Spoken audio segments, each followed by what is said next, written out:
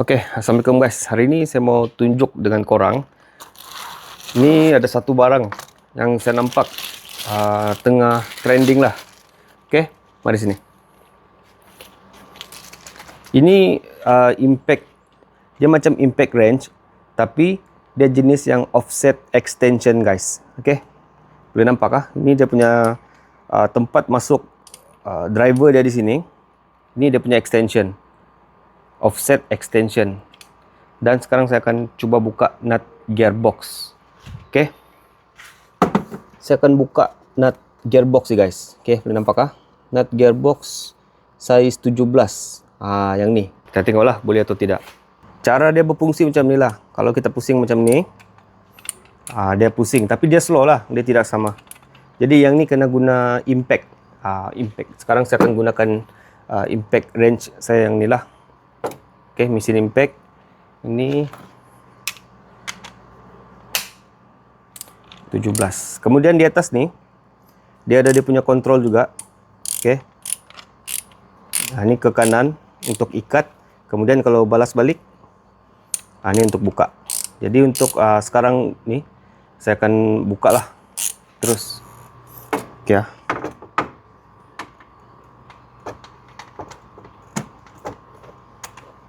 Itulah guna dia punya tools ni guys, supaya dia lebih fleksibel buka nut tu dalam keadaan yang sempit macam ni. Kita try dulu buka, masuk impact di sini. Tes bismillah.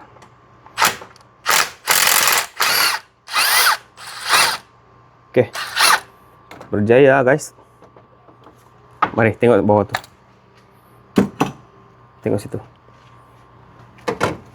Ya, longgar guys.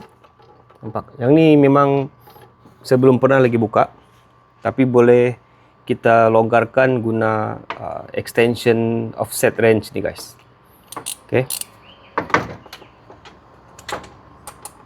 Nampak.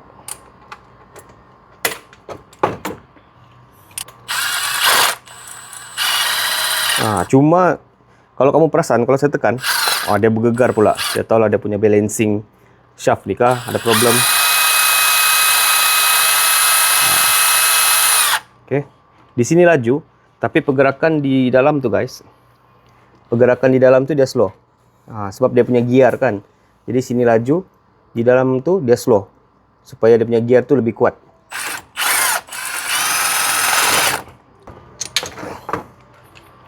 Angkat. Oke, apakah ya? Nut 17 dia boleh buka nut gearbox.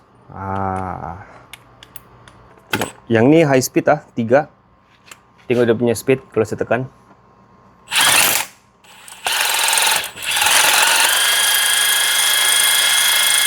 Cuma tengoklah dia ada bergegar sikit lah, mungkin defect balancing lah, nampak. Tapi okey. Sekarang kita ikat balik. Oke, kita ikat balik nih guys. Ikat balik, yang ni pusing.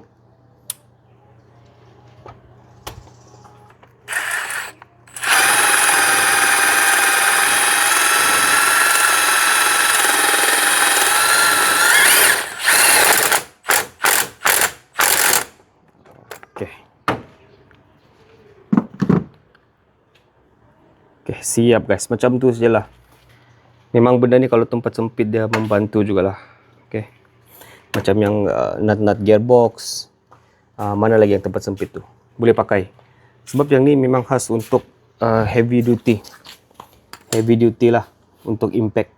Oke, itu saja guys. Untuk kali ni testing kita, review kita berkenaan range offset ni boleh pakai.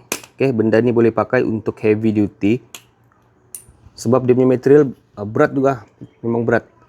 Memang solid lah. Kalau kamu pegang boleh rasa solid dah. Cuma berapa lama tahan dia punya gear di dalam ni, itu kita tidak tahulah. Bergantung cara penggunaan juga. Oke. Sebab yang ni dia sesuai untuk impact. Impact boleh masuk di sini ataupun masuk handle biasa. Cuma dia punya speed, kalau di sini laju, dia pakai gear kan. Yang sini slow. Dia tidak sama dia punya speed yang masuk di sini. Oke, dia di sini dia convert gearnya jadi slow. Dia macam low gear lah guys. Low gear. Tapi bagi saya kalau kamu mau coba untuk abang-abang pomen untuk DIY, kamu boleh try ini. Macam biasa, kalau kamu berminat dengan produk nih guys, yang saya sudah review nih, kamu boleh tengok produk link yang saya tag di bawah. Oke, macam biasa, apa-apa boleh tanya di komen. Jangan lupa like video ini, subscribe dan share dengan kawan-kawan. Alright guys.